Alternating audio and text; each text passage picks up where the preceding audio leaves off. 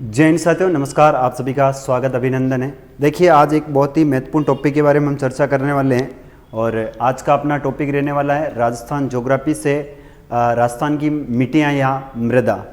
Actually में मृदा या मिट्टी जो टॉपिक है, इससे एक्चुअली में आपसे एक या दो प्रश्न जो है यहाँ से कंफर्म है कि पूछा जाता है और बहुत सारे विद्यार्थी जो है नहीं पढ़ने वाले होते हैं या फिर हल्के में ले लेते हैं, उनके यहाँ से प्रश्न गलत होने के चांसेस बहुत ज़्यादा रहते हैं। तो शुरुआत करेंगे प्यारे विद्यार्थियों। आज का अपना जो टॉपिक रहने वाला है वो है राजस्थान की मृदा और ये बहुत ही शानदार 10 या 15 मिनट का वीडियो होगा जिसमें पूरी मृदा आपकी कंप्लीट हो जाएगी। ध्यानपूर्वक सुनना, अच्छे से पढ़ना, पूरा वीडियो देखना, ठीक है। चलिए शुरुआत करते हैं। हम पढ़ रहे हैं प्यारे विद्यार्थियों राजस्थान की मृदा और राजस्थान की मृदा में हम चर्चा करेंगे सबसे पहले कि राजस्थान की जो मृदा है एक्चुअल में इस मृदा का अर्थ क्या होता है या मृदा है क्या एक्चुअल में। तो आपको पता होना चाहिए जो मृदा है ना ये क्या है। तो भूपृष्ठ पर पदार्थों का जो असंगठित आवरण होता है उसे हम क्या कहते हैं, मृदा कहते हैं। कभी प्रश्न आता नहीं है, लेकिन हमारे जो ये भूपृष्ठ है और इस भूपृष्ठ के ऊपर ये जो आवरण है, यहाँ पर जो बारीक कण पाए जाते हैं भूमि के ऊपर, पृथ्वी के ऊपर, और इसी बारीक कणों को हम क्या कहते हैं, इसी को हम कहते हैं मृदा। तो पहली बात तो यह है कि भूपृष्ठ पर जो असंगठित पदार्थों का जो मिश्रण है या पदार्थों का जो आवरण है उसे क्या कहते हैं, मृदा। मृदा अंग्रेजी भाषा के सोलम शब्द से बना हुआ है और सोलम का अर्थ होता है फर्श या जमीन। बात यहाँ से आती है, सर विश्व मृदा दिवस कब मनाया जाता है? बड़ा इंपॉर्टेंट प्रश्न है और याद रखना है कि विश्व मृदा दिवस जो है ये कब मनाया जाता है? 5 दिसंबर को विश्व मृदा दिवस मनाया जाता है। प्यारे विद्यार्थियों, 5 दिसंबर को विश्व मृदा दिवस मनाया जाता है। मृदा का अध्ययन किसमें किया जाता है? कभी आपसे प्रश्न पूछा जाए कि मृदा का अध्ययन किसमें करते हैं, तो याद रखना मृदा का अध्ययन पेडोलॉजी में किया जाता है। किसमें किया जाता है? पेडोलॉजी के अंदर। मृदा का जो निर्माण है वो कैसे होता है? तो याद रखना वनस्पति के सड़ने व गलने से मृदा का क्या होता है, निर्माण होता है। वनस्पति जो है वो सड़ेगी, गलेगी, उसके निर्माण से जो बनेगी वो मृदा बनती है। फिर बात करते हैं अध्ययन किसमें, पेडोलॉजी में। विश्व मृदा दिवस 5 दिसंबर है। मृदा जो शब्द है वो सोलम शब्द से बना हुआ है, वो अंग्रेजी भाषा का शब्द है जिसका अर्थ होता है फर्श या जमीन। भूपृष्ठ पर जो पदार्थों का असंगठित आवरण है उसे मृदा कहते हैं। वैसे मृदा के धुले हुए जो कण होते हैं उसे हम कहते हैं हाइड्रोआयन। नेक्स्ट बात करते हैं मृदा का पीएच मान, और मृदा का पीएच मान ज्ञात किया जाता है हाइड्रोआयन से। मृदा का पीएच मान किससे ज्ञान किया जाता है? तो हाइड्रो आयन से मृदा का पीएच मान ज्ञात किया जाता है, हाइड्रो आयन। ये याद रखना है कि मृदा का जो पीएच मान ज्ञात किया जाता है वो हाइड्रो आयन से किया जाता है। मृदा एक्चुअल में पीएच मान, इन 3 प्रकार की जो मृदाएं होती है उसके पीएच मान जो है ज्ञात किए जाते हैं। पहला है अम्लीय मृदा। अम्लीय मृदा जो है वो 7 से कम पीएच मान हो तो वो अम्लीय मृदा होती है। उदासीन मृदा यानी 7 से बराबर 7 हो तो वो उदासीन मृदा होती है। और क्षारीय मृदा यानी 7 से अधिक अगर पीएच मान आता है तो वो कौन सी हो जाएगी, क्षारीय मृदा है। वैसे कहते हैं अम्लीय मृदा का उपाय क्या है? तो याद रखना जिप्सम का छिड़काव करो और जो है वो आपकी अम्लीयता कम हो जाएगी। और इसका क्षारीयता का क्या है? रॉक फास्फेट का छिड़काव कीजिए, आपका क्षारीय जो मृदा है उसमें कुछ ना कुछ राहत मिलेगी। एक कार्ड जारी किया गया है मृदा स्वास्थ्य कार्ड योजना, और ये मृदा स्वास्थ्य कार्ड योजना ये मानकर चलिए जैसे हमारा स्वास्थ्य कार्ड होता है, हम कितने स्वस्थ हैं उसके बाद जो रिपोर्ट आती है उसमें हमें पता चलता है। कोई कमी हो तो डॉक्टर हमें ट्रीटमेंट के अनुसार जो है वो आगे का प्रोसेस चालू करता है। वैसे ही मृदा जो है इसका भी एक कार्ड बनता है कि मृदा में क्या कमी है, क्या क्या कमी नहीं है। तो शुरुआत हुई थी याद रखना मृदा की स्वास्थ्य कार्ड की, तो याद रखना ये 19 जनवरी 2015 में। कहाँ से शुरुआत हुई? तो सूरतगढ़ जो श्रीगंगानगर में पड़ता है, और ये शुरुआत करी थी हमारे देश के जो यशस्वी प्रधानमंत्री हैं नरेंद्र मोदी, इनके द्वारा ये शुरू हुई। यहाँ पर इन्होंने एक नारा दिया, स्वच्छ धरा तो खेत हरा, और ये आपको एक कार्ड बना कर दिया जाता है। आपकी भूमि में अगर कुछ भी समस्याएं हैं तो वो पता चल जाता है, क्योंकि लेबोरेटरी के अंदर जो है मृदा का जाँच होती है। अगर आप भी करवाना चाहते हैं अपनी मृदा की जाँच तो आपके नज़दीकी जो भी मृदा प्रशिक्षण केंद्र है वहां जाकर आप इसकी जांच करवा सकते हैं। नेक्स्ट है मृदा से संबंधित कार्यक्रम। पहला एक कार्यक्रम बड़ा फेमस रहा है और एग्जाम में काफी बार आता है, सूखा संभाव्य कार्यक्रम। इसकी शुरुआत हुई 1974-75 में। केंद्र सरकार का इसका 75% हिस्सेदारी है और राजस्थान की इसमें हिस्सेदारी है 25%, यानी 25% राज्य का योगदान है और 75% आपके केंद्र का योगदान है।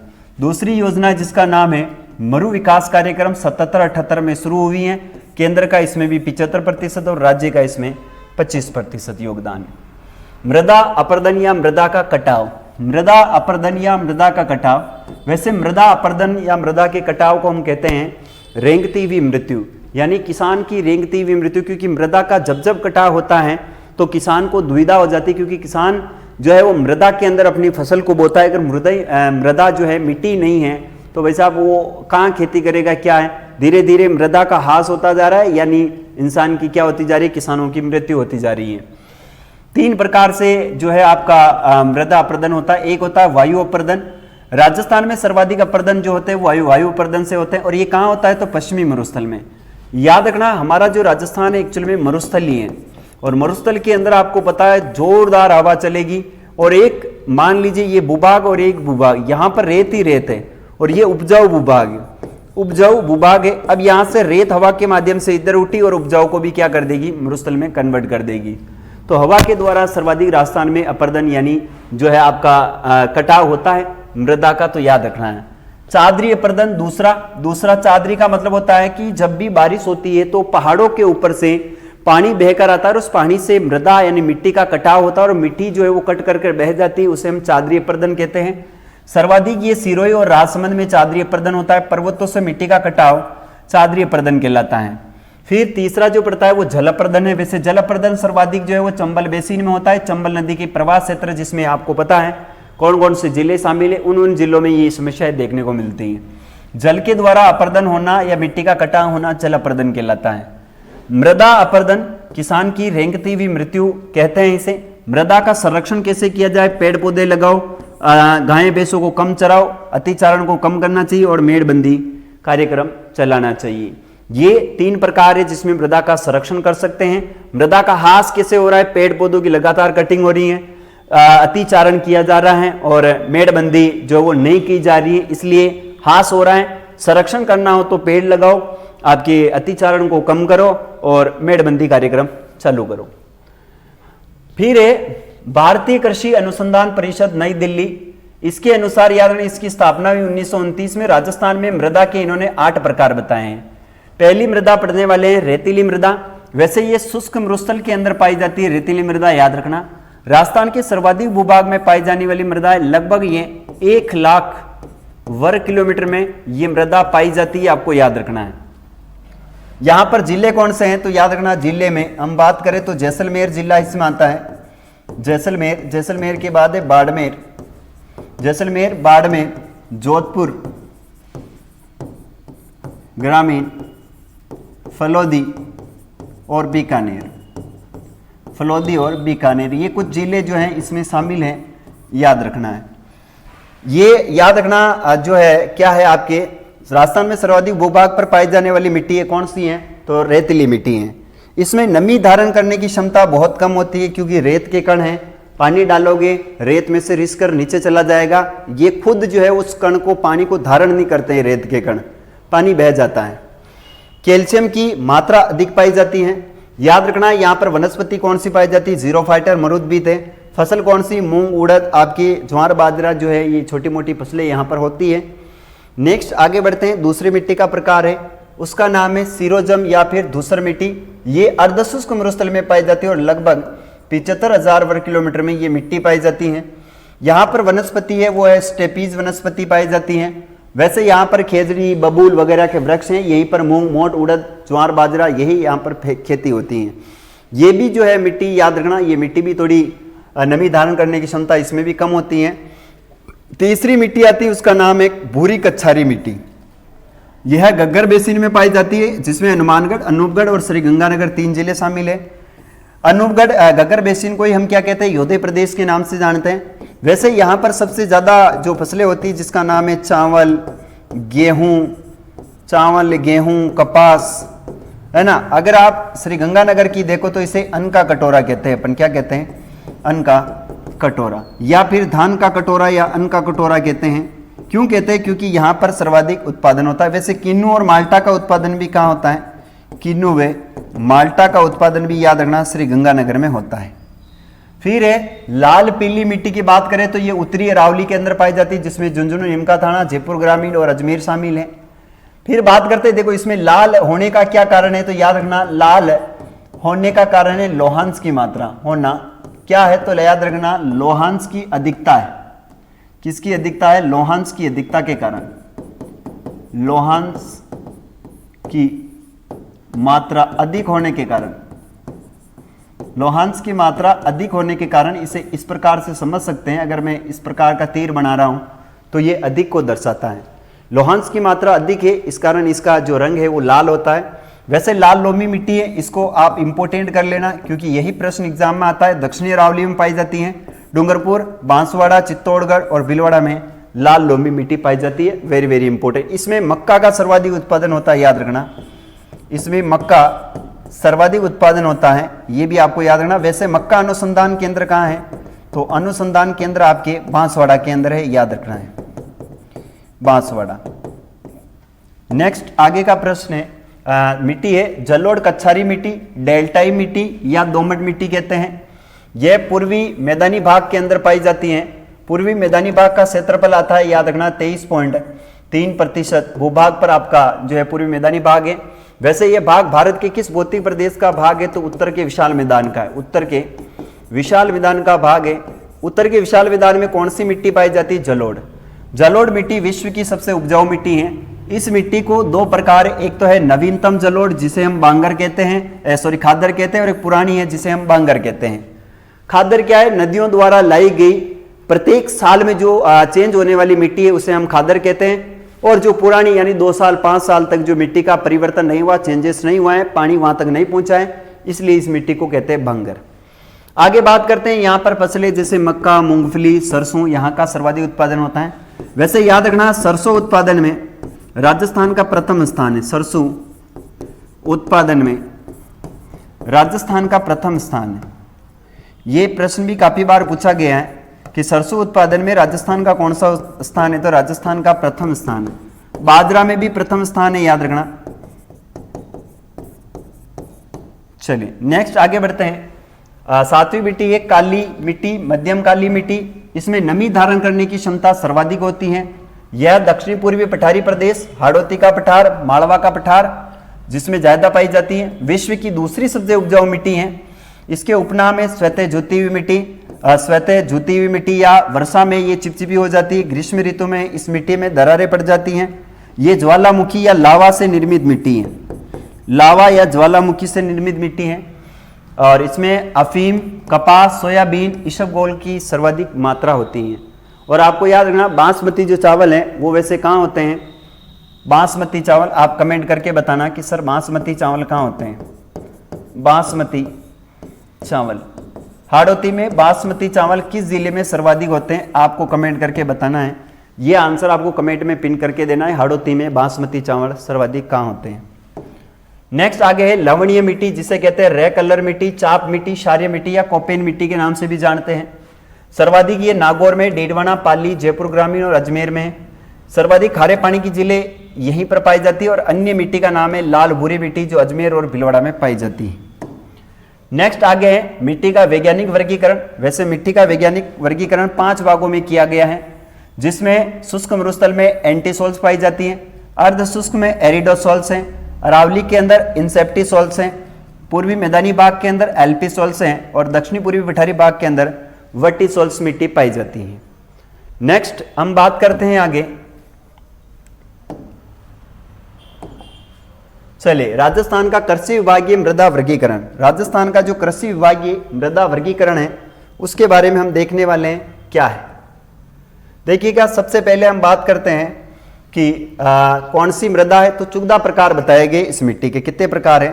तो याद रखना इसके बताए गए हैं चुगदा प्रकार।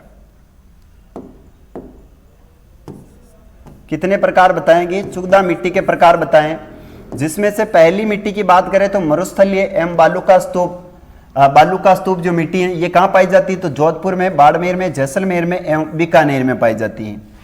दूसरी है कैल्सी ब्राउन मरुस्थलीय मिट्टी। ये वैज्ञानिक आधार पर 14 प्रकार बताए हैं। कैल्सी ब्राउन मरुस्थलीय मृदा जो कहां पाई जाती है, याद रखना जैसलमेर और बीकानेर में कैल्सी ब्राउन मरुस्थलीय मृदा पाई जाती है। फिर तीसरी है जिप्सीफेरम। जिप्सीफेरम जो है वो कहां पाई जाती है, बीकानेर में है। वेरी वेरी इंपॉर्टेंट, इसको आईएमपी कर लेना, यह 110% आपके एग्जाम में आएगी कि जिप्सीफेरम मिट्टी जो है वो राजस्थान के किस जिले में पाई जाती है, तो बीकानेर।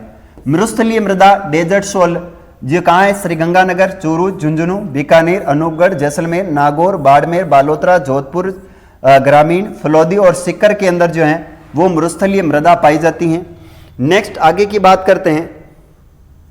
5वें नंबर की अगर मिट्टी की बात की जाए प्यारे विद्यार्थियों, तो 5वें नंबर की जो मिट्टी है उसका नाम आता है रेवरीना। कौन सी मिट्टी है, रेवेरीना। रेवेरीना मिट्टी कहां पाई जाती है, तो गंगानगर के अंदर, इसको भी आईएमपी कर लेना। फिर इसके बाद में सिरोजम मिट्टी कहां पाई जाती है, तो ये भी श्री गंगानगर, इसको भी आईएमपी कर लेना।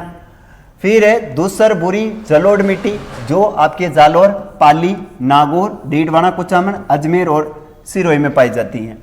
गेर चुना युक्त भूरी मृदा कहां पाई जाती है, तो जयपुर, सीकर, झुंझुनू, नागौर, डीडवाना, कुचामन, अजमेर और अलवर में पाई जाती हैं। नवीन जलोढ़ मृदा कहां पाई जाती हैं, तो अलवर, भरतपुर, सवाईमाधोपुर, जयपुर, डींग, खेरतल, तिजारा और दौसा के अंदर पाई जाती हैं। पीली बुरी मृदा कहां पाई जाती हैं, तो जयपुर, टोंक, सवाईमाधोपुर, गंगापुर सिटी, भीलवाड़ा, शाहपुरा, चित्तौड़गढ़ और उदयपुर में पाई जाती हैं। नेक्स्ट अब बात करते हैं, 4 और रही है आपकी। इसमें देखा जाए तो नवीन भूरी मृदा जो है ये कहां पाई जाती है, नवीन भूरी मृदा। नवीन जो भूरी मृदा है वो भीलवाड़ा, अजमेर और शाहपुरा में है। पर्वतीय मृदा कहां है, तो उदयपुर एवं कोटा के अंदर, आईएमपी कर लेना। लाल लोमी मिट्टी कहां है, तो डूंगरपुर, बांसवाड़ा के अंदर, वेरी वेरी इंपॉर्टेंट, याद रखना है। काली गहरी मध्यम मृदा कोटा, बूंदी, भीलवाड़ा, चित्तौड़गढ़, भरतपुर और झालावाड़ में पाई जाती है। अब प्यारे विद्यार्थियों हम कुछ सोल्व करने वाले हैं क्वेश्चन। तो पहला यहां पर हम देखेंगे क्वेश्चन के बारे में।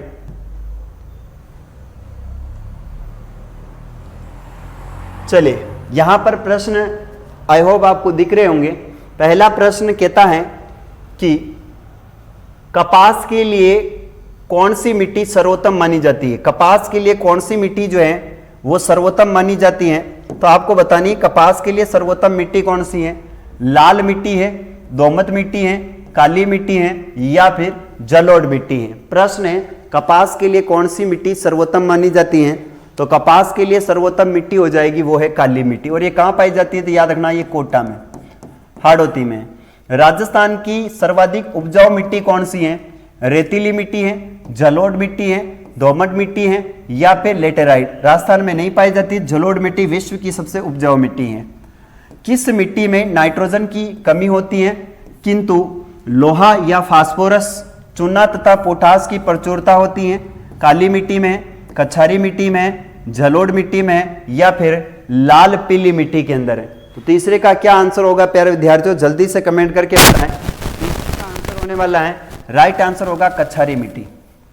नेक्स्ट अगर हम देखें चौथा प्रश्न, मृदा की उर्वरा शक्ति को बनाए रखने के लिए कौन सी खाद का प्रयोग किया जाता है।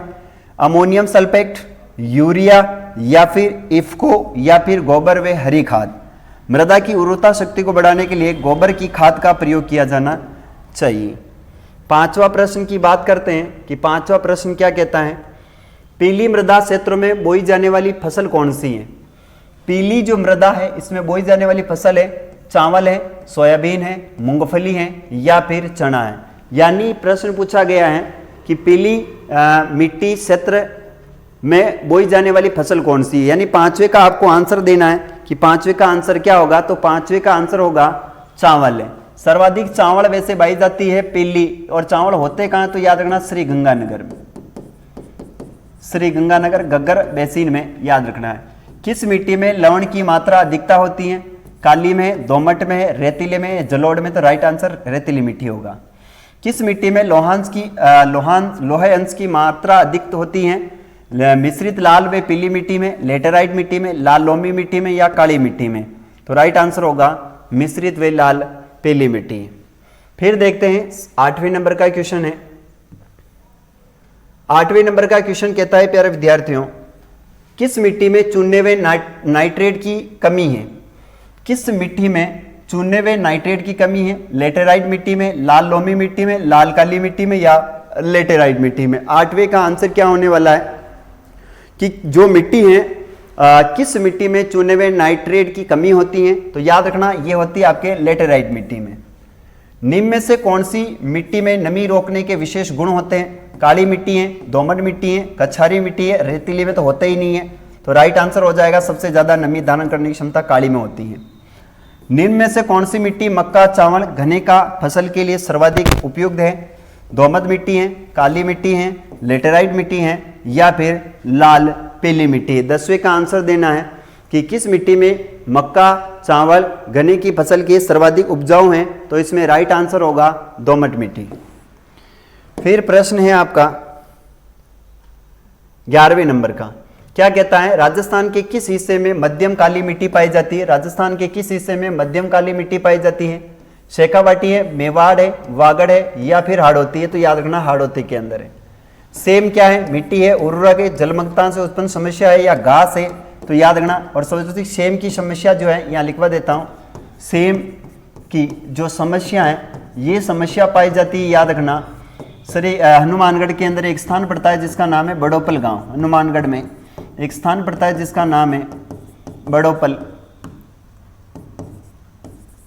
गांव। और बड़ोपल गांव कहाँ पर है? हनुमानगढ़ में है। यहाँ पर सर्वाधिक सेम की जल की अधिकता के कारण जो दलदली नम भूमि हो जाती है, सेम की समस्या कहते हैं। यहाँ पर धोकड़ा के वृक्ष लगाने चाहिए, सफेदे के वृक्ष लगाने चाहिए, सॉरी सफेदा के वृक्ष लगाने चाहिए ताकि सेम की समस्या समाप्त हो जाए।